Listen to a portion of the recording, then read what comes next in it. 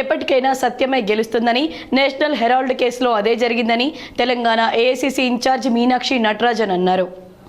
ఇవాళ TPCC chief Mahesh Kumar Goud ఆధ్వర్యంలో గాంధీ భవన్ నుంచి బీజేపీ ఆఫీస్ వరకు నిర్వహించిన ర్యాలీలో ఆమె పాల్గొన్నారు. ఈ సందర్భంగా మీనాక్షి నటరాజన్ మాట్లాడుతూ బీజేపీ పెడుతున్న అక్రమ కేసుల గురించి ప్రజలకు వాస్తవాలు చెబుతామన్నారు. గాంధీ కుటుంబంపై బీజేపీ కక్ష సాధింపు చర్యలకు పాల్పడుతుందని పేర్కొన్నారు. ఉపాధి హామీ పథకానికి ఉన్న గాంధీ పేరును సైతం తొలగిస్తున్నారని ఫైర్ అయ్యారు. న్యాయం జరగడానికి సమయం పట్టొచ్చు, కానీ చివరికి సత్యమే గెలుస్తోందన్నారు. నేషనల్ హెరాల్డ్ పేపర్ గురించి బీజేపీకి ఏమీ తెలియదన్నారు.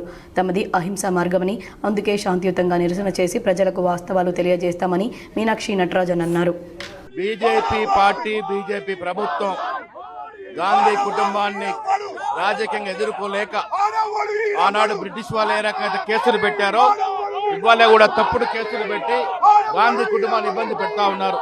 దాంట్లో భాగమే నేషనల్ హెరాల్డ్ విషయంలో ఏ తప్పు చేయనప్పటికీ కూడా ఈడీ ద్వారా కేసులు పెట్టించి 2014 నుంచి గాంధీ కుటుంబాన్ని ఇబ్బంది పెడతా ఉన్నారు. ఇవాళ కాంగ్రెస్ పార్టీ శాంతియుతంగా బీజేపీ కార్యాలయం ముందు కూర్చొని శాంతియుత నిరసన జరపదలుచుకున్నాం. తద్వారా దేశ ప్రజలకు తెలవాలి మోడీ, అమిత్ షా తీరు, ఇవాళ గాంధీ కుటుంబాన్ని ఇబ్బంది పెడుతున్న తీరు. ఇవాళ మోడీ తన తప్పు తెలుసుకొని దేశ ప్రజలకు క్షమాపణ